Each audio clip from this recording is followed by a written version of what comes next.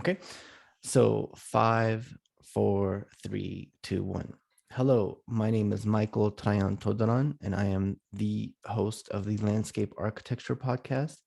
And today I have a really awesome guest, and her name is Signe Nielsen. Hi, Signe. Hi, Michael. How are you? I'm good. Can you please briefly introduce yourself? Sure. My name is Signe Nielsen, and I'm the founding principal of MNLA, a landscape firm in New York City. Awesome. And what made you decide to start a firm?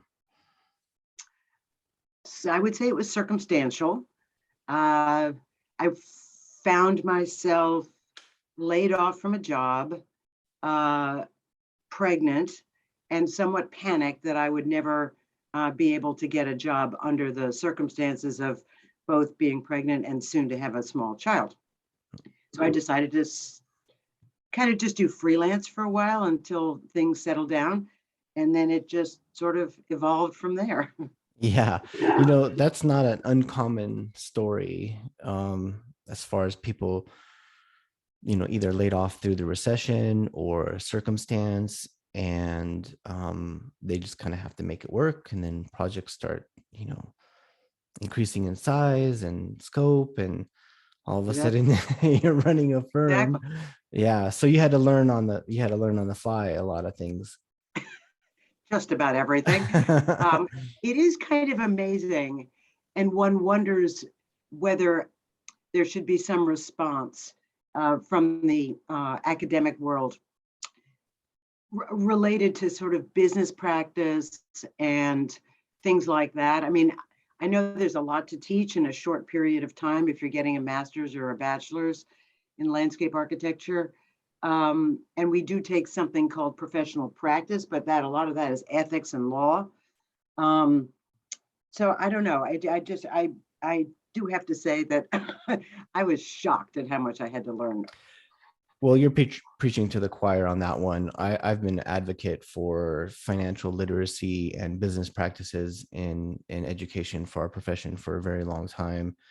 And I think that if we do that with our students, I think you actually become a better designer because you get grounded in understanding how things work, and and then you could design accordingly. But there's always a fine balance between, school's a great place to push the limits and go beyond. And so how do we not kind of tame that too much, but at the same time give them, some real world stuff? Well, I think a challenge. So I've been teaching at Pratt Institute in Brooklyn for a very long time, and finally, after many years, they're starting a landscape architecture program, and the first cohort actually started this week. And there's been a lot of discussion about what the curriculum should be, but I've also learned that in today's sort of economic situation and and young people's attitudes that they're really trying to compress these programs for financial reasons, as I mean, for the students, Sure. financial reasons as much as anything else. So it's very, very difficult, I think, to expand, the duration of time at this moment by by adding courses. But you know, it is something, and I think this business of financial literacy is so important because we need to understand what drives our clients, even if we don't necessarily agree with it all the Sure. time. Just understanding their sort of notion of value um, is important. Yeah, and then if we come from it from that point of view and we see what their value is, then I think we could adjust accordingly and say, well, you might not see this as a value, but let me sell this to you, what this green space does to this property around, and so on and so forth. And then a Exactly. developer could say, oh, I didn't see it that way. Sure. Yeah.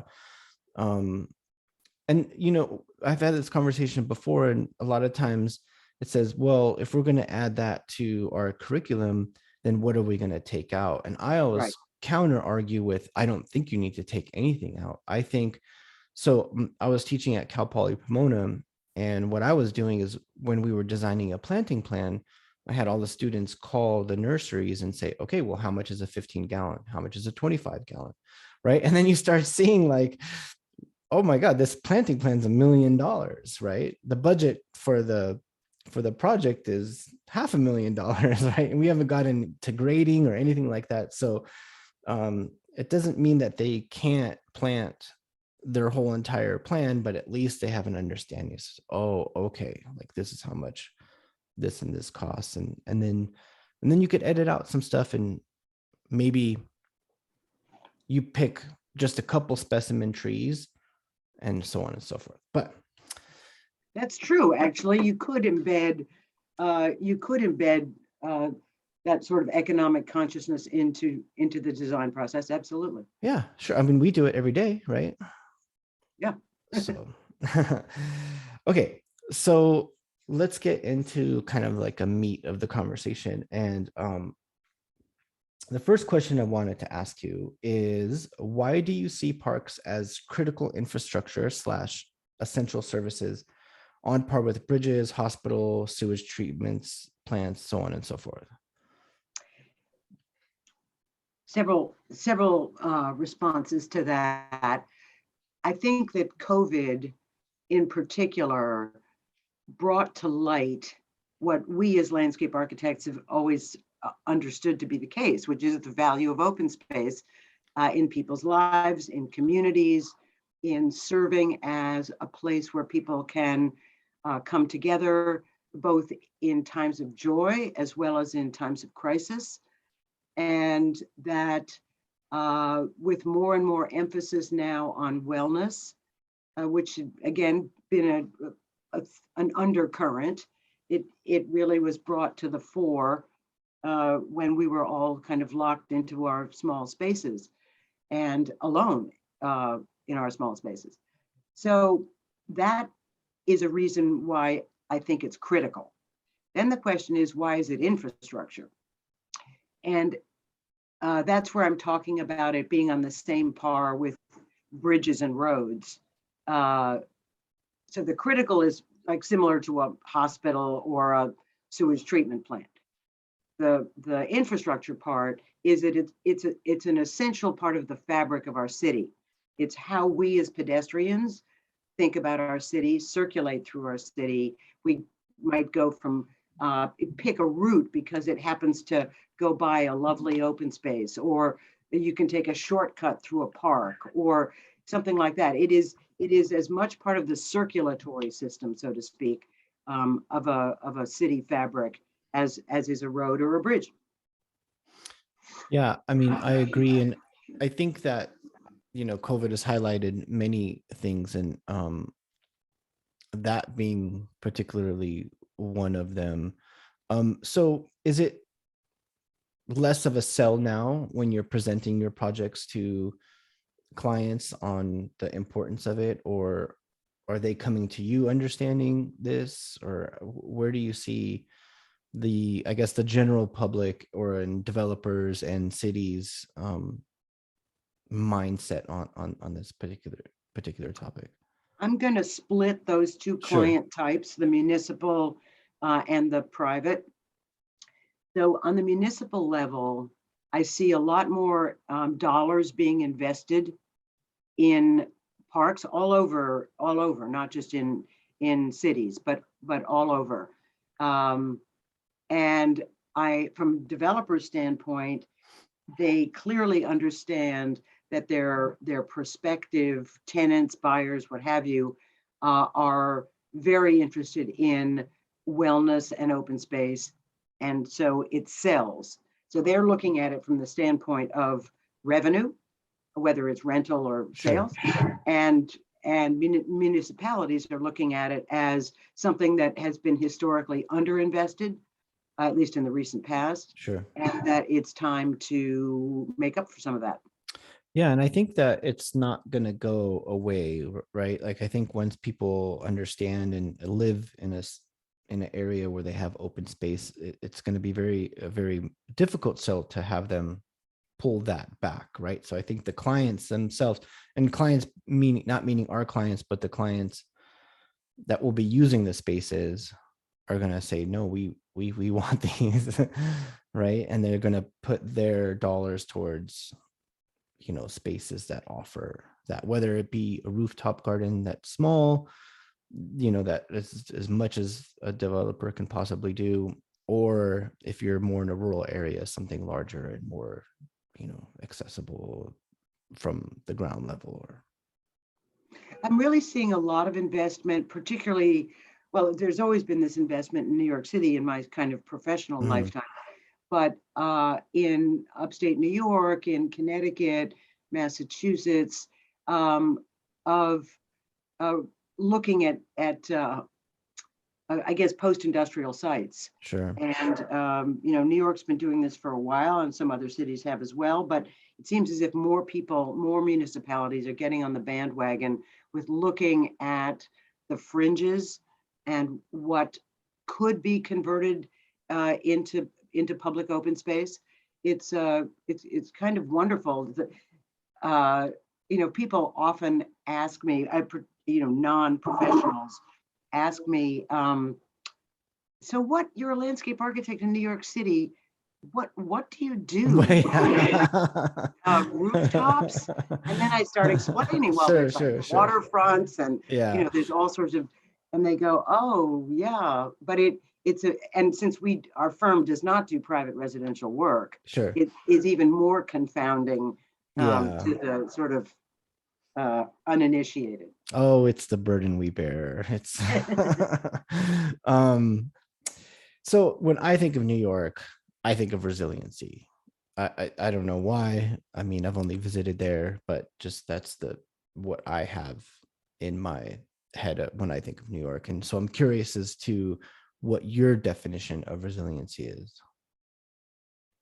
Well, it's interesting that you say that, because if you put it into a slightly larger perspective than just post-hurricane and uh, impacts of climate change, I mean, without a doubt, the term resiliency started to become part of the vocabulary after Hurricane Superstorm Sandy, whatever you want to call it.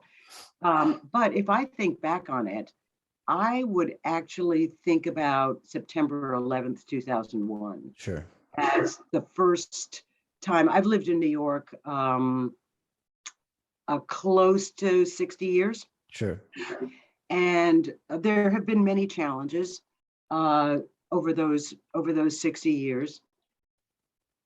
But the city has never, and we've had strikes, the subway shut down, sanitation, they stopped picking up garbage. Sure.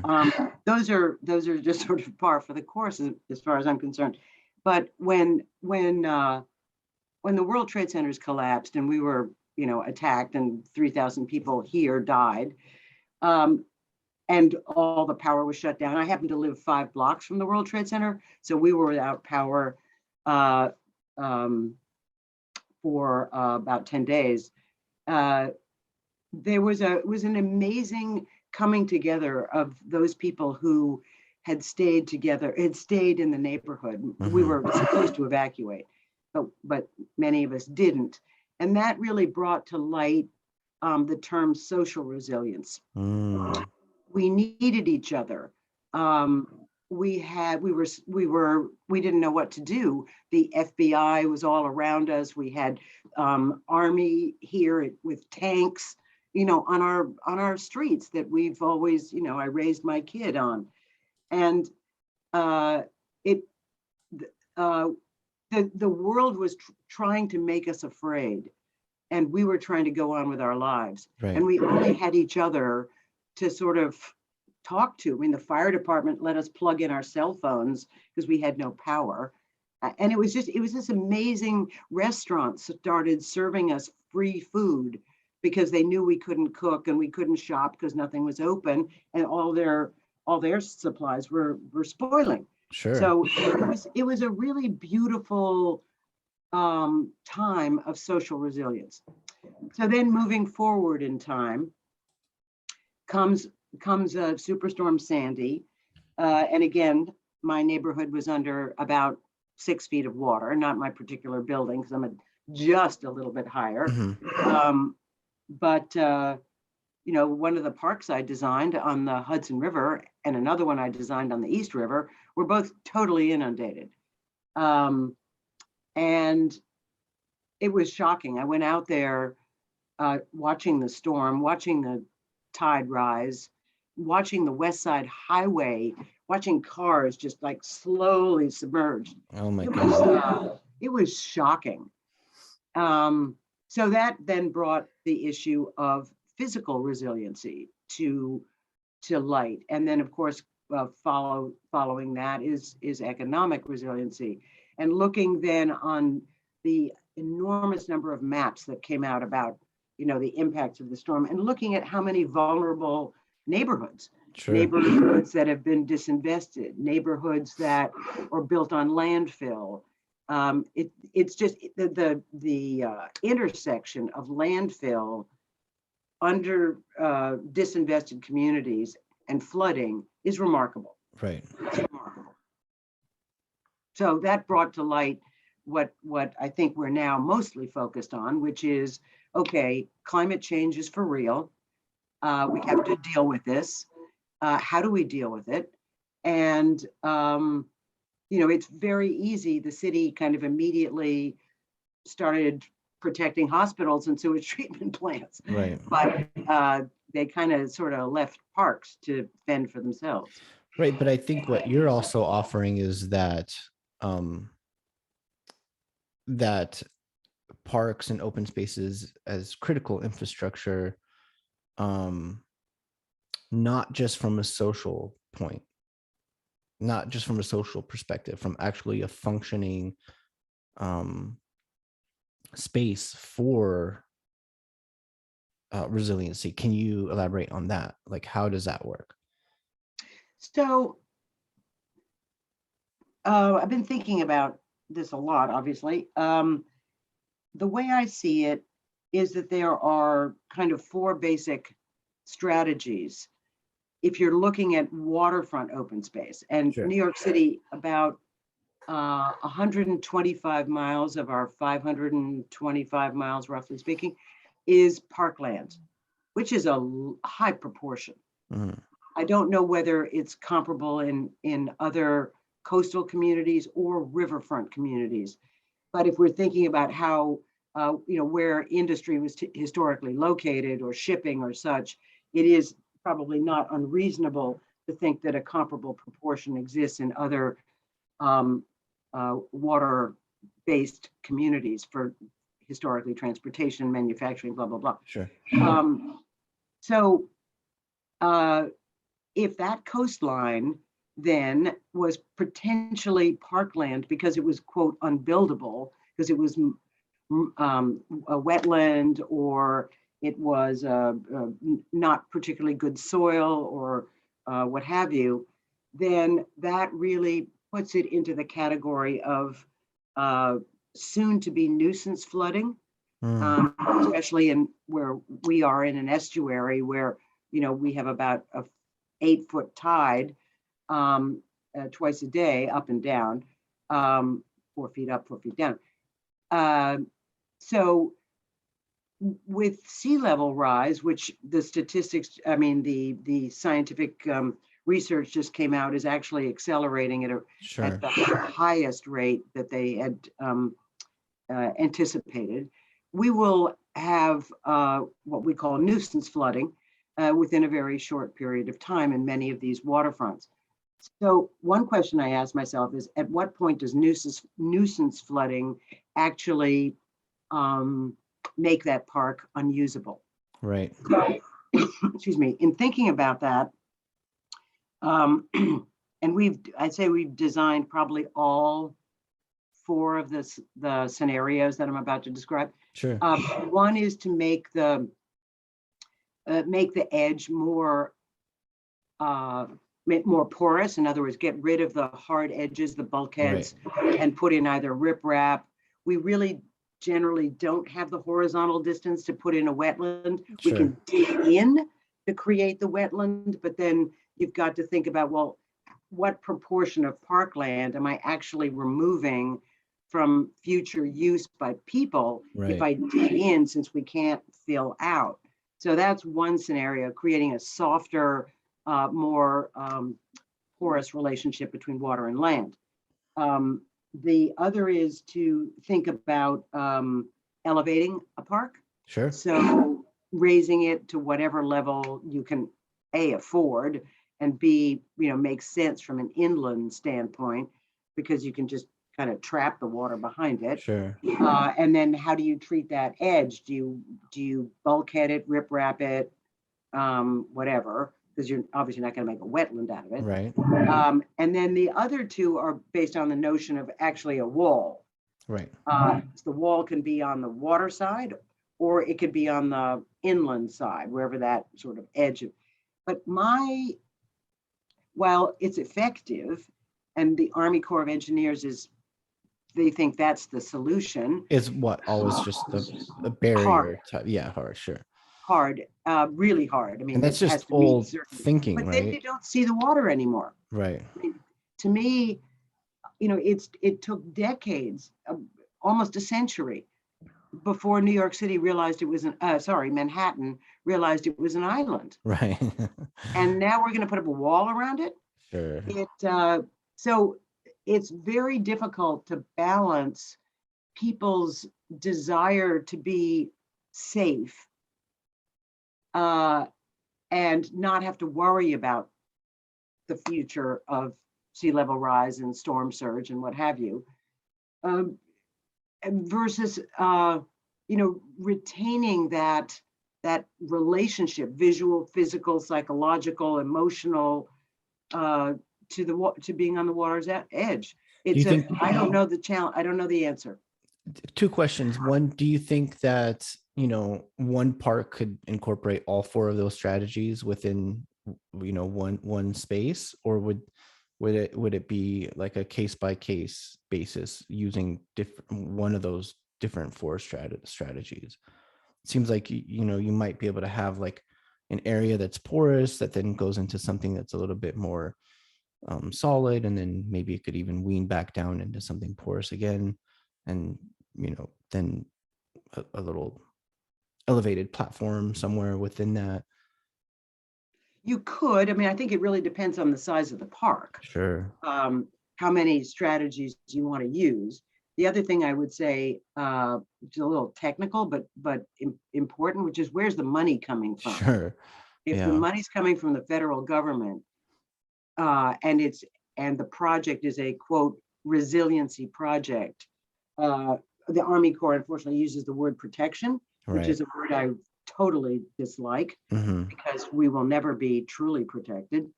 Then that's a big influence. If the money is coming from the city or the state, then there's more flexibility. But we are doing a park right now, actually, that does include 3 of the 4 strategies. It does not include a wall on the water side, but it includes elevating the park, making porous parts of the park, and putting a wall at the back of the park along a highway. Is there a way that we could, like pitch, or how do we use the strategies that we find effective, and how do we sell that to the Army Corps of Engineers? Like, is there a way where we could say, hey, a porous park is a protection strategy? I guess that's I don't think so. Yeah. I mean, let's just put it this way. Yeah. We haven't been successful. Not by we, I mean the field profession of sure. The community of landscape architects have not had a huge amount of success with the Army Corps on that matter. I think that, as I understand it, the jury is somewhat out on the horizontal distance of wetland or porous edge that it would take to create, absorb the impacts of storm. My recollection is it was something like a mile per foot. A mile horizontal distance. What does that mean? A mile per foot for? Sorry, a horizontal mile Right. of wetland to 1 foot of sea level rise Got it. for Okay. storm surge. But eventually, with sea level rise, so storm surge is one problem. Sure. So, the Mississippi Delta, Jamaica Bay, and places like that were historically wetlands, uh, could be restored to have that kind of capacity. But at a certain point, sea level rise is going to inundate those wetlands. And so, is that okay? Right. I don't know. It will change the ecology totally. The wetlands may keep going inland, but then what about all the people that are displaced as a result? Right. Do It's we, crazy. I mean, it's a horrendous problem, really. yeah, do we design with like forecasting models and, start planting mangroves and, like different strategies according to those models? I And think we then, have to. right. And then how do we think long term when presenting this stuff? And then also, how do we then get funding with meeting the needs of our clients at the same time, meeting the needs of our grandchildren? So that issue of time is very, very important. There are a lot of metrics out there, a lot of data, a lot of risk analysis. New York City, after Hurricane Sandy, started the New York City panel on climate change. So we have our own sort of more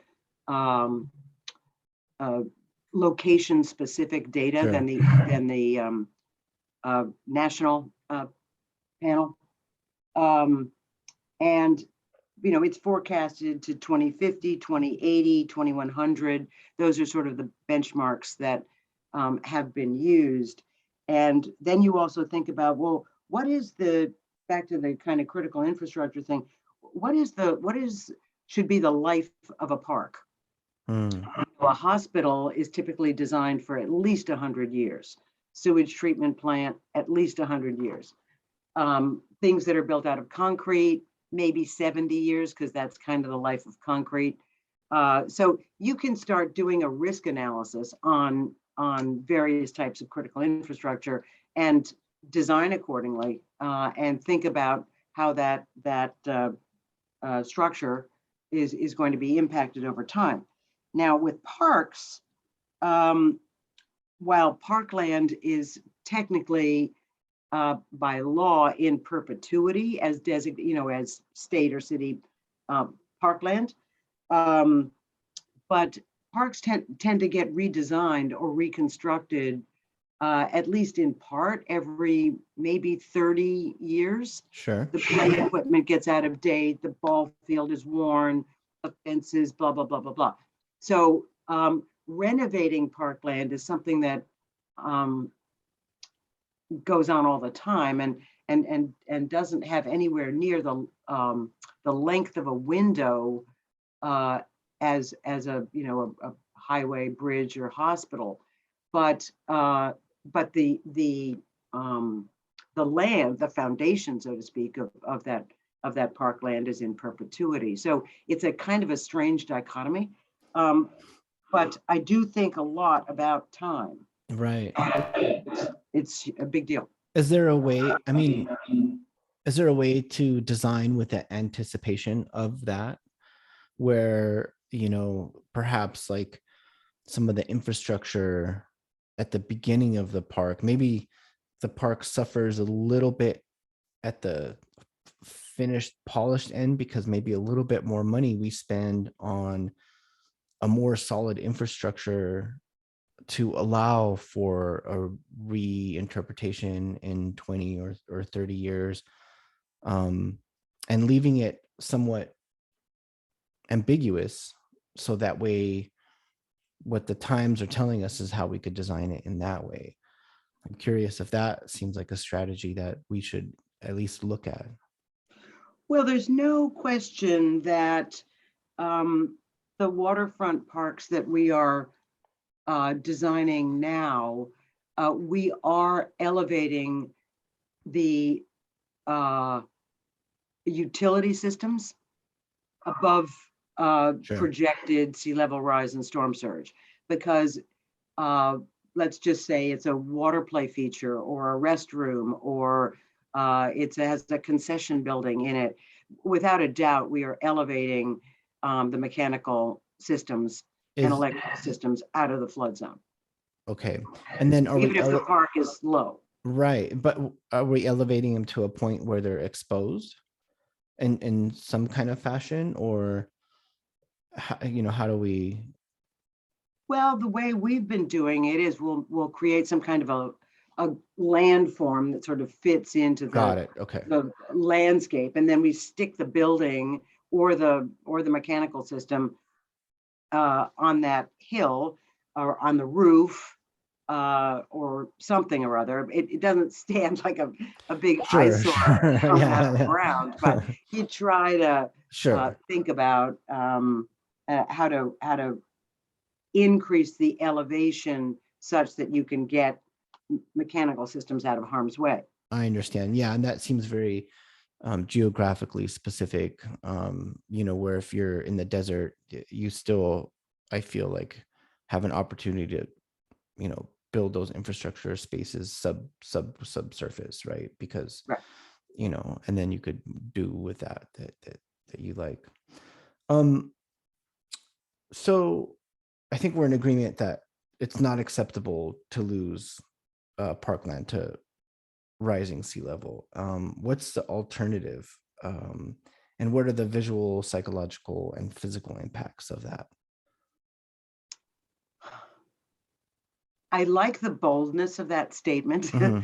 which is it's not acceptable, but I have not figured out the answer to your question, Hmm. because if uh, if we have a municipality that has a certain political boundary, Hmm. and we are pushing the edges of that boundary already with human habitation or uh, employment, then where are we going to put this replacement parkland? Um, and if do we displace people for parkland? I mean, that just uh, on face value, that doesn't quite seem Right. right. These are these So tough questions. I mean, what we're seeing, I personally have never Hmm. worked on a project like this.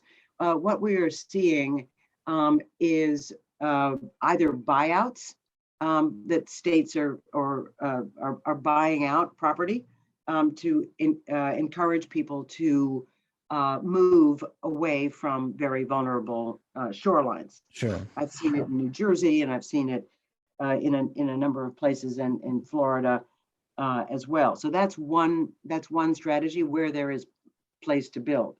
Another strategy is to take a hard look at our zoning ordinances and look at increasing density in higher elevations. Increasing density and yeah, okay, I get that. Hmm. Right. So um, a developer could build a taller building, Sure. or we encourage that. Uh, that is a really I've never seen. I've heard conversations about this, but I've never actually seen any municipality implement it. So I don't. We're basically pitting people against environmental. What would I call it? Inevitability. Right. Forgive my ignorance on this, but I'm from the West Coast, and typically, any waterfront properties are for more affluent and by default more politically powerful people. Is that the same on the East Coast? It seems to me there might be a little bit more variation on that than on the West Coast. I would say you are correct. There are certain parts of the city where the view of the water was added value. Hmm. And that's mostly in the north, where you were looking across at where the topography of the island is pretty steep. So Okay. you could not put industry along the edge. But wherever there was an opportunity for shipping or industry, uh, especially New York Harbor, which is a huge harbor, and historically been an industrial or shipping, because everything had to come from the Sure. west across the Hudson River and then feeds the rest of New York City. Um, so I would say interesting question. I've never actually done a calculation of how many miles of that 125 are actually lined or desirable historically versus not. I'd say more of it is not. Hmm. So that is why I said earlier that the social vulnerability and economic and disenfranchised communities, underinvested, disinvested communities, so many of them are actually along the waterfront because they were industrial. Sure. Um, yeah. Is there talk of, eminent domain to claim these spaces in order to solve problems? Um, Uh, that particular term I know, I know. uh, has never gone particularly well Sure. in places that I have worked. Um, and I think looking at the trajectory of my career, I've been sort of through like 4 different uh, downturns. I've Sure. been through maybe 3 or 4 different views of planning. Hmm. Started out where community outreach post urban renewal, Hmm. which was almost tantamount to eminent domain, Sure. and it just created this huge surge of community uh, advocacy and such. Then that dissipated for a while, and now it's back, I believe. Hmm. And so I think eminent domain will not solve our problem. Uh, what I do see happening is voluntarily buyouts, Right. where people recognize that their community has been hit so many times Sure. and they've rebuilt, et cetera, and they're tired of it and they want to move away. So now the voluntary doesn't always work either, of course, because people, they've been in their family for 4 generations and blah blah blah, or there's a feeling that they're willing to take the risk. Oh well, Mm. that was 10 years ago. Look, we haven't had a Sure. hurricane since then. What are we agitated about? And then there's this kind of very very difficult uh, conversation that has to happen in a community, which is, are you leaving? Oh, Right. I don't know whether I want to leave, because then your community becomes kind of ripped apart, Right. and the social implication is so difficult. But the way I'm seeing it right now is that, well, I think there's an example in I think it's in Louisiana, Mm. where they are relocating a Native American community up uphill, so to speak. Hmm. And it was an I don't know all of the facts behind it, but it seemed that there was some there were planners involved. It was a preconceived, I don't know if premeditated is the Sure. right Sure. word, but it was planned that this would happen, um, to get this a group of folks out of really the risk zone. Uh, that might be something worth exploring. A lot of Yeah. people are looking to that as an example of how you can relocate a community. I know not everyone is happy with that relocation, Sure. but It seems to me too that New York has been romanticized as their, the residents being particularly proud of which borough they're from and their community, right? Like, Yes. and so I'm curious if that, you know, um, maybe there's an opportunity to romanticize a new community as well. Like say, hey, like you could be from now this new borough. I don't know if that's the right word.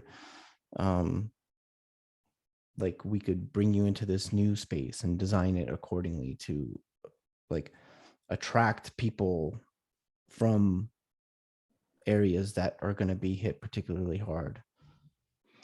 I Yes, there is a prime example. Yeah, I would say that it does come as a surprise to many people that a city of 8.5, almost 9 million, actually has very strong neighborhoods, Yes. and people are very attached to those neighborhoods. And they talk about, say, I'm from Queens, but I'm from Jamaica, Queens. Right, They right, will right. they will give you sort of their neighborhood within the borough. Sure, sure, sure. Um, I will say the same thing. I live in Tribeca, in Manhattan, Lower Manhattan.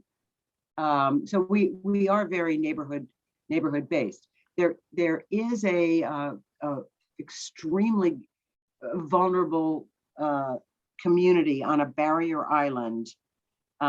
It's Coney Island, known to the general public for its amusement park, but Mhm. there are a lot of people who live there, and both wealthy people, uh, middle class, solid middle class people, and people in public housing. And it's a very desirable place to live, as you can imagine. You can walk Mhm. to the beach and blah blah blah. But it is a barrier island, and it is shifting, and it was absolutely slammed uh, in Hurricane Sandy and other hurricanes prior to that, by the way. Um, so, what do we do about a barrier island? People should not be living on that island. They shouldn't be. So, do we encourage them to relocate? Maybe the wealthy people can do that. Maybe some of the middle class people can do that. But what do we do about the fact that like 280,000 people, if not more, I think I've even heard 600, live Sure. in public housing? Where are we going to put them? Right. Is the city going to invest really in, uh, building on, say, underdeveloped land? Is there Uh, underdeveloped land in New York? well, I'm saying underdeveloped because low rise. Got it. There's very, very little like, oh, gee, let me look around for a nice place to build something. No, we don't Right. have that. Yeah, everything is built. It's just to what level and to okay, right? Because I think throughout the country that's not the case. When you say underdeveloped, it just means it's just raw land, right? But in New York, no, that's not the case. It's everything's developed. It's just to what degree. And interestingly, I fly across the United States a lot. I always get a window seat and I look down, Mm, and it's amazing how much of many cities are actually surface parking lots. hmm. So that would be an example. If New York had a lot of surface parking lots, that would be a perfect example of underdeveloped. And but we do not have a lot of surface parking. Mm. There are a few boroughs. Well, I shouldn't say a few. There are two boroughs that probably have some availability of land, but that is at the sacrifice of parkland. So that's another Right. trade-off that doesn't look so Sure. nice. So you mentioned earlier on in our conversation that you've been in New York for nearly 60 years. Um, any good CBGB stories? And Studio 54. And were you a Studio 54 girl? Well, yeah, because it was a period of time when I was living on a shoestring. Sure. So me and my husband would go to Studio 54 and essentially gamble, because we were really good at backgammon. and Nice. backgammon was popular at the time. And so we could usually make enough money for our dinner uh, and part of our rent. That is So so Studio cool. 54 was uh, where we would go. CBGB's, yeah. Uh, Really interesting to see how that neighborhood has changed. What neighborhood is that CBGB is? It was sort of called the, it was somewhere between the, well, East Village. It's Sure, called, East it's Village. still the East Village, but the East Village is now a thriving, upscale, gentrified Mhm. community. Whereas when I was going to CBGB's, it was essentially very seedy. Let's just put Sure. it that way. Yeah, yeah. It's like the Warriors type when you think of that movie. Yeah. Yeah. Yeah, I just have I was a young punk rocker, and so I was have a romanticism of what it would have been like to experience that on the East Coast as opposed to the West Coast. So I had to ask. Sure. um yeah, so I mean, we know that parks and open spaces are being asked to take on an increased burden, and I guess, how do we, it goes back to how do we plan and navigate and design for this? I think we've been thinking and talking about that, but So this is an interesting, what we have not really talked about sure. um, is the, when you are designing something along the edge, and we talked about walls and berms and elevation change and what have you, what we have not really spoken about is trapping water behind that Oh, landform, interesting. wall, Sure. berm, what have you. Because if you, I mean, it was very, very interesting, and I think a hugely important lesson for all of us. Mm, That right after Hurricane Sandy, we had Hurricane Irene, right. which was dumping a vast amount of water. And so if you have a wall, wherever that wall is located, you are going to trap a lot of water behind it and create inland flooding Right. from rainfall. So you created And your own environment that wasn't desirable. yes, you Right. just Yeah. managed to flood yourself. Sure, sure. So how do you evacuate water when sea level is rising and Mm, water is backing up because the sewers are right, they're submerged. So the engineering behind evacuating trapped water, so to and a speak, lot of water. and a lot of water Right. is you pump it, you Right. store it underground. What do you do with it? I mean, those are the two sort of I mean, strategies. is storing even a viable option? Like, what do those cisterns look like, and how many, and what's like, where, and what do you do with that stored water? Well, you Eventually, hold it until you can release it, but I guess it's part of that risk calculation. right, So we actually designed a 2.5, almost 3 mile long park. That the concept behind it was to actually put in the tanks under right. the park. So the question was, well, what storm are we going to design for? A Mm, 10-year, a 25, a 50, 100, a 500. And of course, the tank sizes got exponentially larger, sure. and the cost to the project and the excavation, yada, yada. So the interrelationship, I guess what I would like to really get people thinking about is the interrelationship between risk and design, Mm, and the complexity of uh, making the decision about risk. Is it risk to human lives? Is it risk to economic viability? Is it risk to, what are the risks?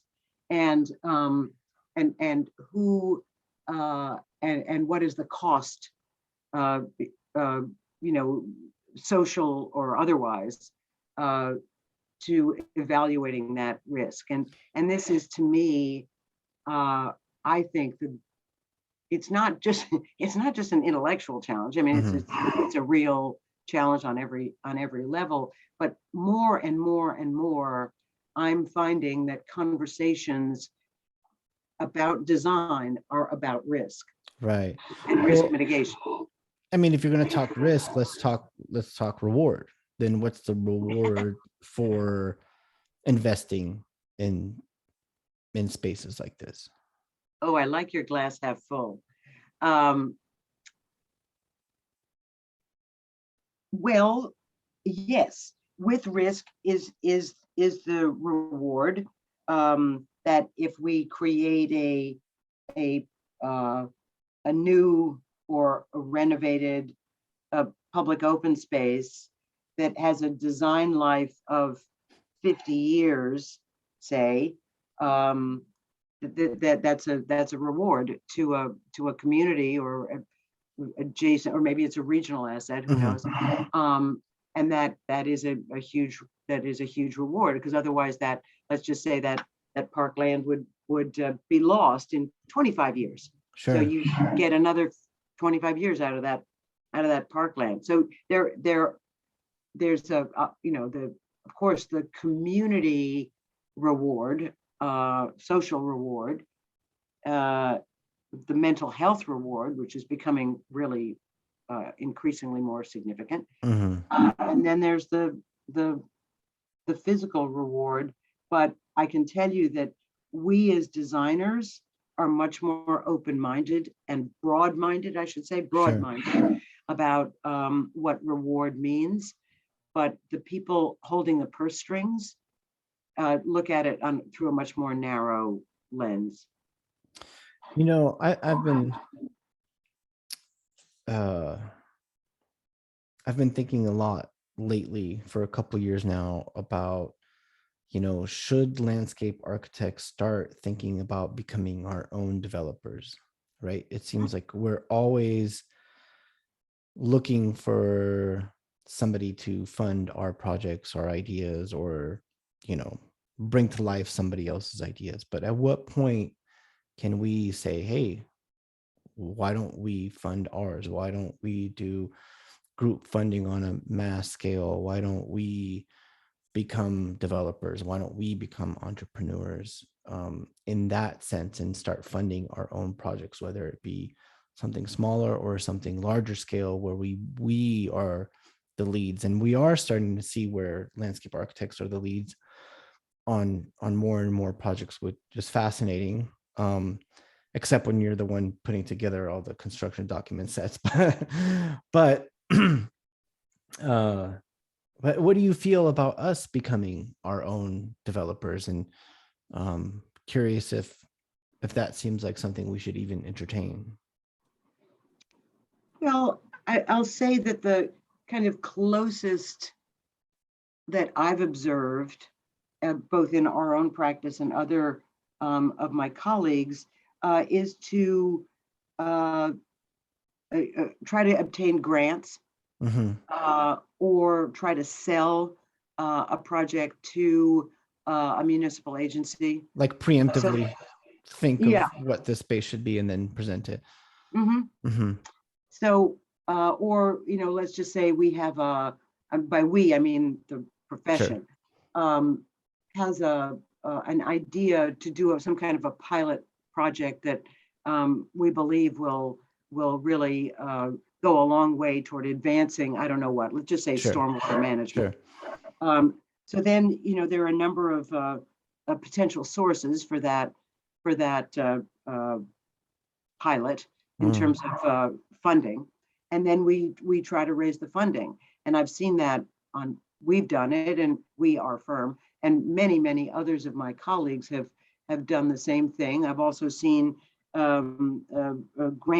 grants written, whether for funding, whether it's from a not-for-profit or from a municipal agency.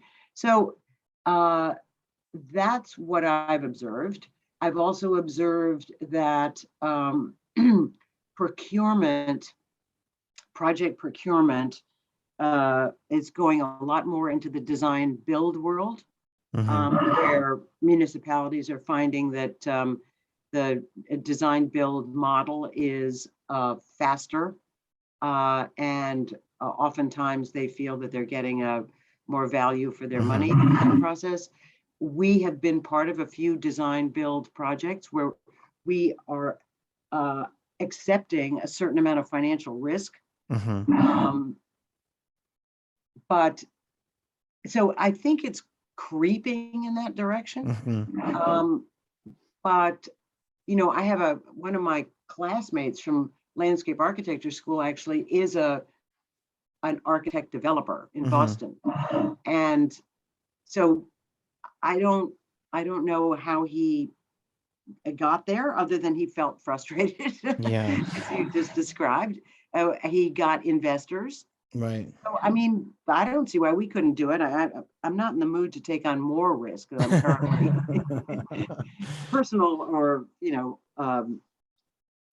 my firm. I don't want to put my firm in that kind of a Sure. level of What risk. is your risk tolerance level on a personal and business level? Have you ever like thought to assess that? I absolutely have. And where do My you stand? personal tolerance is very high for risk. Mm-hmm. Mm-hmm. However, am much more cautious when I have employees who have lives and Sure. families. Sure. And I think that really came to the fore during COVID, where we found ourselves as a firm in some financial difficulty. And we made a decision to essentially retrench in order to ensure that our staff could be retained. And I personally was willing to take more risk, but when I thought about it as a firm, I was not willing. So Right. some people are risk averse, and their personal life and their professional life are kind of in parallel. Sure. Mine is not in parallel. I mean, it's a tough call, right? Because, as a firm, you're responsible for people's livelihoods, their mortgages, their rents, their, all of that is intrinsically tied to what like decisions you're making and what projects you're going after. But at the same time, you have to put yourself out there a little bit to elevate and to expand. So I would imagine that weighs heavy on people in the leadership positions in a firm. Well, yes. I mean, there's so many different levels of risk that Mm-hmm. a firm can take. Some people might say a certain design strategy is a risky Sure. strategy, or that fighting certain battles that I particularly love to fight. I feel like you're a fighter. What kind of um, battles are those? What do you mean by that? Well, so I'll give you one example. We're doing one of those waterfront parks that I Mhm. expressed earlier, that we're creating a soft edge. Um, that we started the design almost immediately after Hurricane Sandy. The site was under 4 or 5 feet of water, Mhm. and when it came to design, I said, you know what, it's really ridiculous for us to use hardwired lighting, park lighting, and we really need to use solar lighting. Sure. So it has taken me and my staff, um, dedicated staff, 6 years to persuade the Department of Transportation and the Department of Parks and Recreation to use solar lighting. Uh, It seems like it should be like a 1 month study and conversation and then approval, not 6 years. Absolutely correct, especially Yeah. because the state of New York uses solar lights. The state of New Jersey, which is right across the So there's river, already precedences. yes, Yeah. municipal precedents, not just private. It's amazing. But that was Yeah. I dug my heels in. I said, Hmm. we will design this for free. Right. We will design a dual system. And it's such point, so that as to not to hold up the Sure. approvals and construction and blah, blah, blah. And at such point that you guys get the wisdom to realize that we're right, Right. then here's the design. So we Right. did it for free. I was Mhm. that committed to uh, my to to breaking the logjam on solar lighting in floodable parks. Right. Yeah. That's a risk, but we had a but rather than just be a jerk and Mhm. say we're walking off the job unless you do this, Right. or Sure. we're going to hold up construction so this poor community doesn't get a park because Mhm. I Right. I'm stubborn. That So that was the compromise. That was the compromise. Keep the job going, design the hardwired lighting, and then uh, hope that the approval came through before they installed the wrong lighting, and that has happened. Where do you see, you know, where do you see your, I guess this is a multifaceted question. And one part of it is, where do you see the legacy of yourself and the firm? And then do you have a plan to transition out? um, well, okay, I'm just writing these down so I don't forget. Um, so it's interesting. When I started my firm, as I explained at the beginning, I kind of bumbled into it. There Sure. was no grand vision like this is going to be blah blah. Sure. Sure. So it took at least, oh, I don't know, 30 years, Mhm. 25 at least, before I thought to myself, huh, I've actually got something here. Yeah, sure. Sure.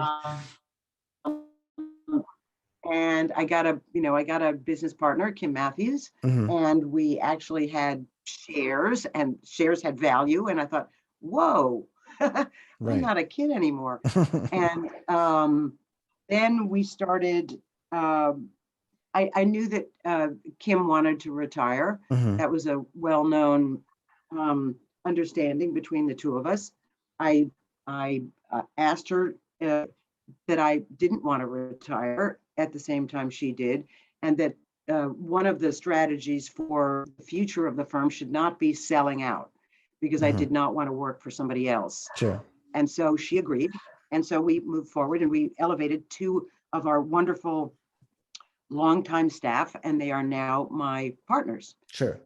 Um, so with that transition uh, under our belt and extremely successful, we are thinking about the next transition, of course. Um, but part of that to me is, so I'm not going to beat around the bush. I'm 70. I'll be 72 this month. Um, Luckily, we do not have a mandatory retirement age in our shareholder agreement. Um, I would like to keep working as long as I feel that I'm useful. Mhm. And I hope I have the wherewithal to look myself in the eye and say, you know what, Signe, it's time to walk out the door. Yeah, but then what would you Um, do? Well, oh, I have plenty of projects. I've got, I teach, and sure. there's no statute of, I mean, I don't have to retire from teaching at Sure. Pratt. There's no mandatory retirement age. I could keep doing that. I could write.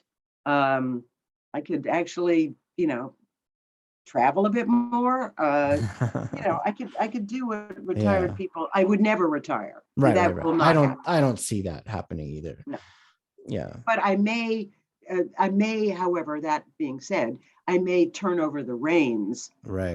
and be, whatever they're called, emeritus or Sure. consultant, or something where the next generation doesn't feel that Grandma Signe is sort of I could hovering over them. I could see a good advocacy role for you.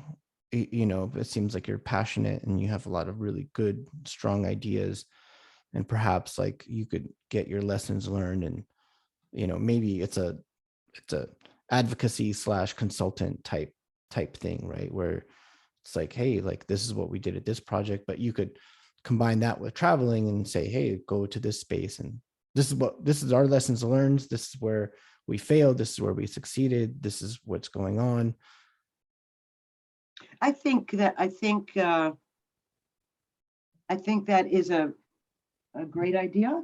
Um, I I I haven't really thought about it because I've kind of thought I've been way too focused, I guess, on how I can be useful or when I won't be useful anymore to my firm. Mm, My own personal, my own personal trajectory is less a focus of mine. sure. But you are absolutely right that I will never take up golf. And I will not move to Arizona or Florida. I will, you know, I will live in New York for sure. Right. Um, with, maybe I was dreaming the other day that I would get a house in Provence. Hmm. I was born and raised in France, Hmm. Paris, and I could see a dual. I'm not a dual citizen, Sure. um, but I could see having a. I would love to live part of my life in outside of the United States, frankly. Sure. Sure. Well, if you're ever there, please invite me over for some coffee. That would be fantastic. We could do a follow-up interview there I in could start a Paris. salon, and that'd be great. Is there anything that I missed that you wanted to talk about? Is there any kind of like note or tone that you would like to leave our audience? Well, I think that you actually stated it, which is that when you use the word, well, what are the rewards instead of Hmm. just focusing on the risk? And I think philosophically, that is very important because we as a society, we as a profession are faced with overwhelming uh, challenges, if not downright Sure. actual problems. And how do we navigate that in a way that enables us to remain aspirational and inspired Mhm. and feeling as if there is a better future?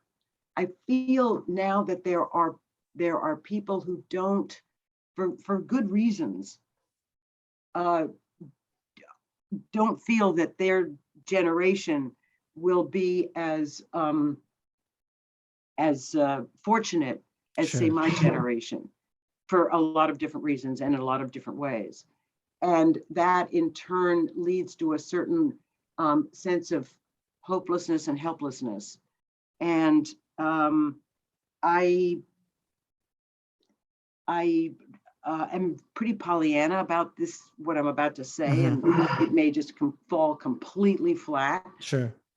But I would hope that we try to find whatever we can uh, in our lives, in our professions, where we feel like we're making a difference. And Hmm. that's what keeps me going every day. I feel like I make a difference, even if it's to one person, to one Sure. acre, to one whatever. Uh, it's better than having not ever done it at all. Um, Hmm. and so that's, I guess, what I would say. So it's important that you feel like you're making a difference. I have a question for you. What makes you feel, what makes you feel like somebody made a difference to you? Oh, wow. Well, let's just say I can see that I've made a difference. There's a couple of parks in my neighborhood that I've designed. They're really small, really, really Hmm. small. And when I watch people use those spaces, whether they're having lunch or whether they have a birthday party, or I've even seen one of my spaces used for a wedding reception. I mean, I never designed it for a wedding reception, Sure. but it's so touching to me that somebody thought it was beautiful enough to make Right. it part of Oh, their. that's so beautiful. So that's Yeah. how I measure. That's how I often measure the value of what we've done, is Mm. by how people use it. Now, how do I measure that in myself, I I have no idea. I I guess because I wake up every morning and I feel like I can do it again. You know, that um, something inspired me enough to keep doing it again. there's a classic question that I'm gonna I'm gonna ask you, but I'm gonna reverse it. So a lot of times people ask, if you were to meet, let's say, the 10-year-old Signe, what advice would you give her? Right. But I'm gonna reverse that and I'm gonna say, if the 10-year-old Signe met you, what would she say to you?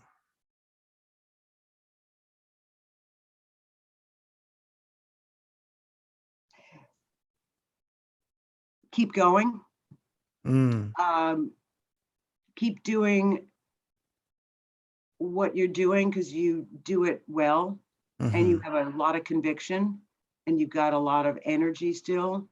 I mean, 10-year-old Signe was other than being obviously a fourth grader, I was training to be a professional ballet dancer. mhm, And so there was an extraordinary amount of structure mhm, and physical activity in my life in those days. And it was and and classical ballet has a lot of rigor uh, to it. And so I feel that 10-year-old Signe to have stuck with dance for as long as I did, uh, it says something about my kind of stamina and uh,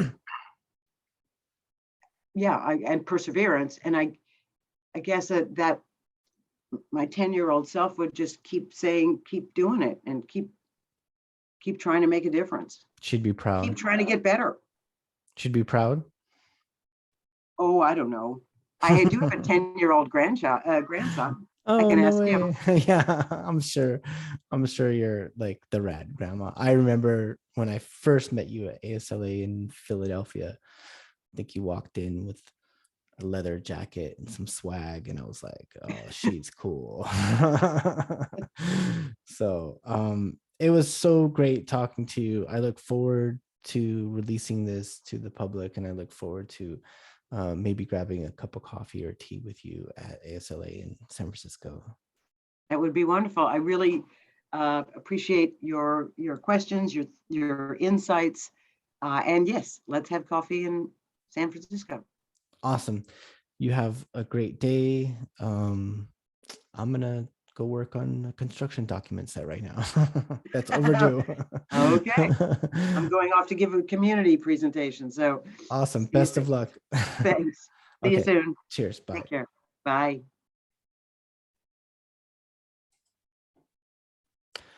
That was great.